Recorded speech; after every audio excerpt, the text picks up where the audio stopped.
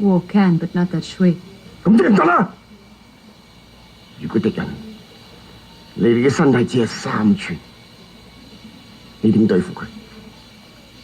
抱住後匿埋，呢個用拳打進佢。而家開始。Ooh, we back at it. Hey, what's up, y'all? Coach Kyle L in the house, representing all my folks down here, the L team, representing Sharika, representing you warriors and artists and skilled folks out there, representing you hard workers, you truth seekers, representing all the people just looking for good to befall the planet. Yo, if you hear TV in the background, it's this old man next door. I don't know why older men, older folks like to go to sleep with the TV on. I just wish you would turn the shit down some.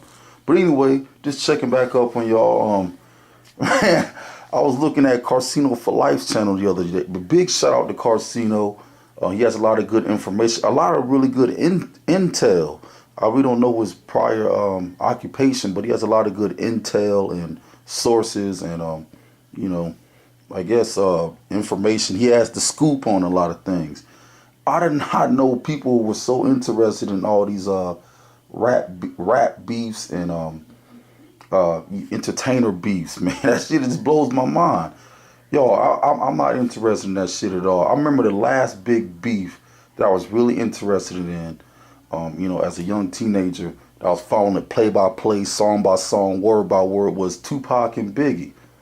And that really wasn't even a beef. A lot of other people outside pushed it up, but he has all these videos, man. And I'm like, wow, a lot of people are really into that.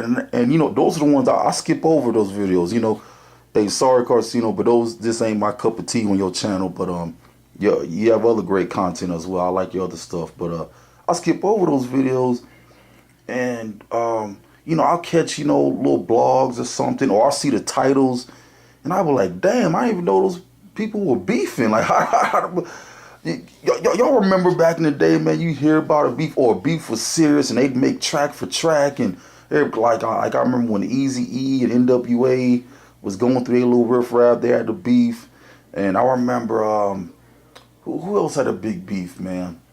To be honest, I really can't remember them, because a lot of them were insignificant. But I didn't even know that Ludacris had a diss track against what's your boy Drake, and a lot of these dudes I just can't keep up with, y'all. But you know, and don't let that distract you. Even though it's funny stuff and it's cool to hear, it's good to know who's a real or fake, or who's a sucker in real life and all this stuff. But you know, if you enjoy the art, body, music, if not, you know, keep it moving. Art imitates life and life imitates art. But let's get to the point of this video. I was chilling with, I don't want to call him a student of mine, but like a pupil that I used to train. And he was like, hey coach, hey champ, what's the best art to have? Like, what's the best fighting style for me to use?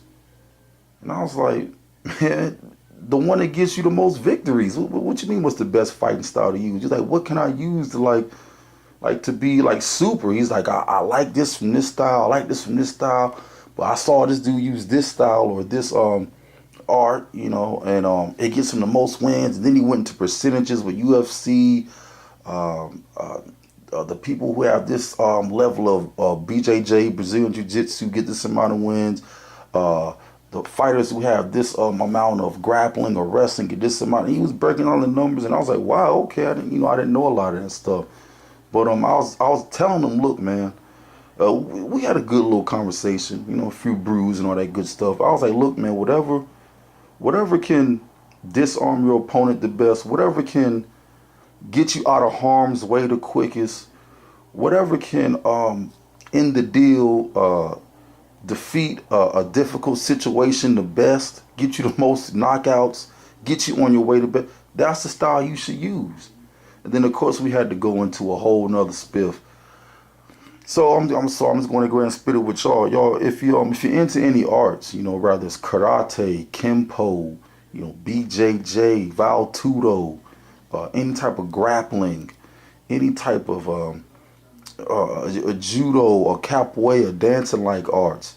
Of course, we get big shout outs to the 52. You know, the Jailhouse Rock. What else? Y'all know there's thousands of arts. We must first realize that the arts are, the combative arts are thousands, maybe millions of years old. All right. And in my honest opinion, from the little bit of study that I've done and experience that I had with the arts, to me, all the arts were at one time, just one art. It's just you just went into different, I guess, categories or subsections of art. Like how you know how you have, let's say, grappling, and you got your stance and everything, but then like there's like a you have to learn the stance. You got to learn the shots. You got to learn. You can learn foot sweeps. You can learn the Russian arm tie. You could study that for 3-4 months. That's a whole nother thing in itself. Just doing the Russian arm tie.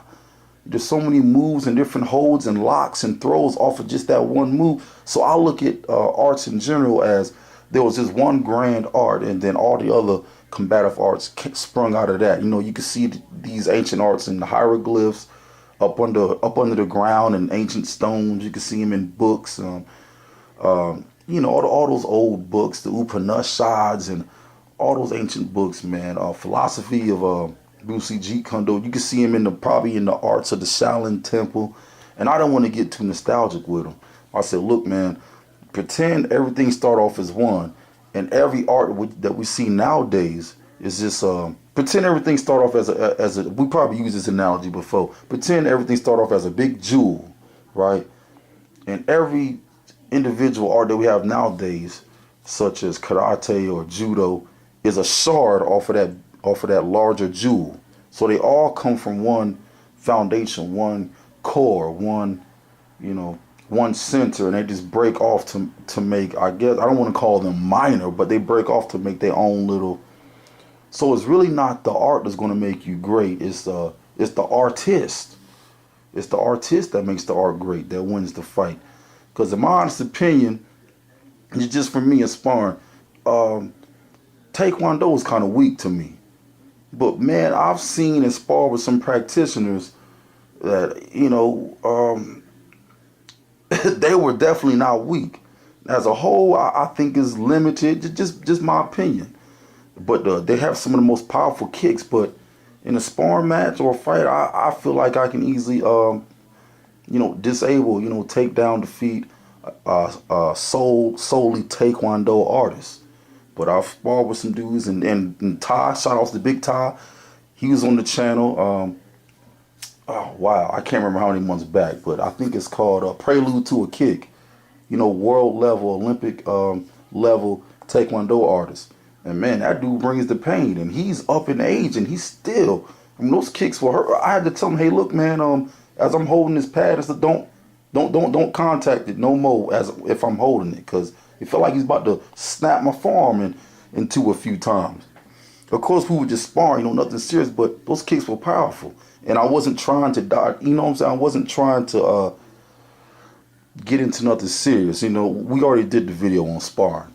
But, anywho, what was I? So I was explaining to him, hey, look, it's the artist that exerts that energy into that art that makes it greater or seemingly greater than another art. All right. And I like to get nostalgic, y'all. When I was a kid, I was watching all those Shaolin Kung Fu movies and then what else? All those Jim Kelly movies. You know what I'm saying? I loved all the Bruce Lee flicks. I loved all that. I love watching those specials on the arts, and Only the Strong. Y'all can remember that, the Capoeira movie, and then up into recent times, Ong Bak and Donnie Yen. I love all them, man. And there's tons I love. Jean-Claude Van Damme, Bolo. I used to love Bolo. Bolo was busting heads, breaking necks. But I told him that. I said, hey, champ, to be totally honest with you, no one really practices just their art. And he said, what do you mean, coach?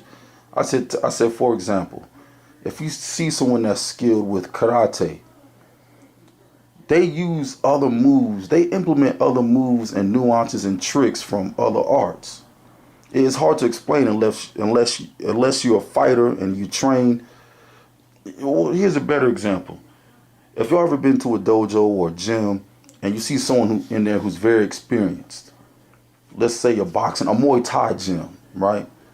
And you go in there and you watch them spar and they teach. And if you're a beginner, you would swear up and down that what they doing doesn't really look like that art. If y'all get what I'm saying. If you go into a let's say a Kempo gym, or let's just use Wing Chun. Y'all seen the movie Yip Man 3? Remember the old man in the shop? And Yip Man, the old man was congratulating him about beating up the dude at the soccer game. And he's like, man, look, have a sparring match with me. And he had a sparring match with him. The old man whooped him down. He was like, hold on, man. You said we was going to do Wing Chun. That ain't Wing Chun. And the old man said, yeah, it is Wing Chun. And then Yip Man said, no, that ain't Wing Chun. And the old man said, that's my Wing Chun. That's the example I'm using now, and how I explained it to the young gentleman.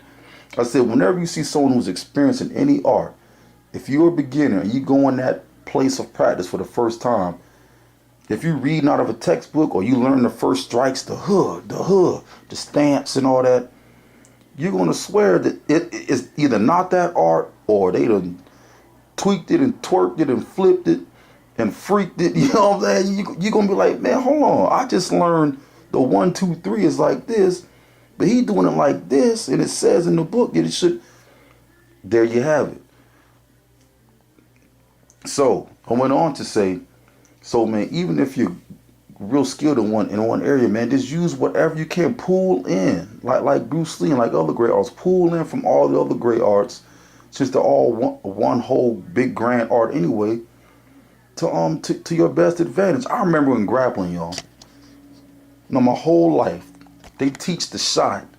Y'all know, if any of y'all ever wrestled or been into grappling, to get into good position, to say a double leg takedown, or to get into a Greco-Roman, double underhook barrel, they teach you to take the shot, step your foot forward, knee hits the mat, bring the other leg up, explode up and through, or straight through, up and through or straight through, whichever way you're taught.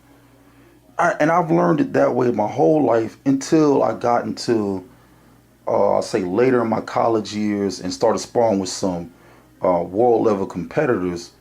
And I was like, hold on, this they ain't taking shots. Like, what are they doing? How are they getting on the legs?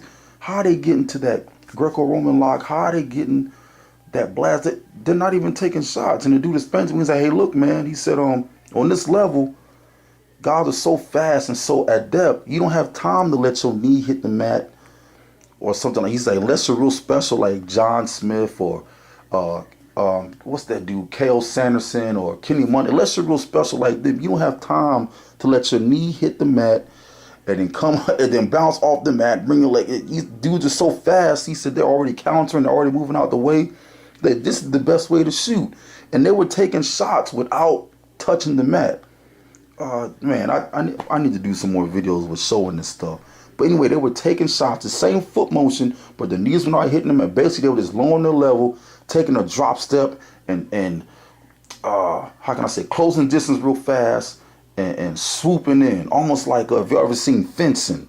If you ever seen fencers, they take that drop step and with the rapier sword, they drop step and going. But it was almost like that, but in the wrestling stance, with the elbows in. And I was like, wow. And then what was the dude saying? It was guys like man, I forgot, man. He was an Olympian. Man, that's messed up. I forgot this dude's name.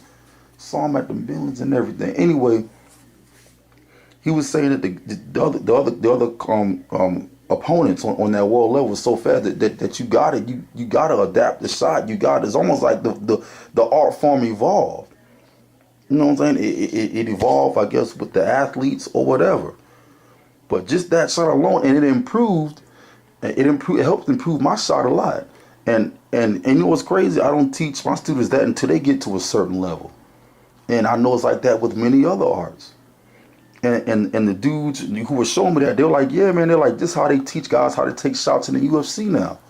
If they can't avoid it, avoid letting your knee hit the ground. And when I went back and watched, I was like, wow, a lot of the better wrestlers, unless they're in that position to where, they're locked up, they don't let their knee hit the ground. You know, you got those wild dudes like what's that dude, Diego, and Brock Lesnar. His last few fights were taking them sloppy shots, knee hitting the ground. But you know, he's a heavyweight. Anywho, the point is that I'm gonna put this into words without sounding foolish. That the art, it evolves with you. So we'll convert back to what Bruce Lee was saying. You are the art. So however you choose to manifest it, to show it, to exert your own, how can I say, character, spirit. That's what it is.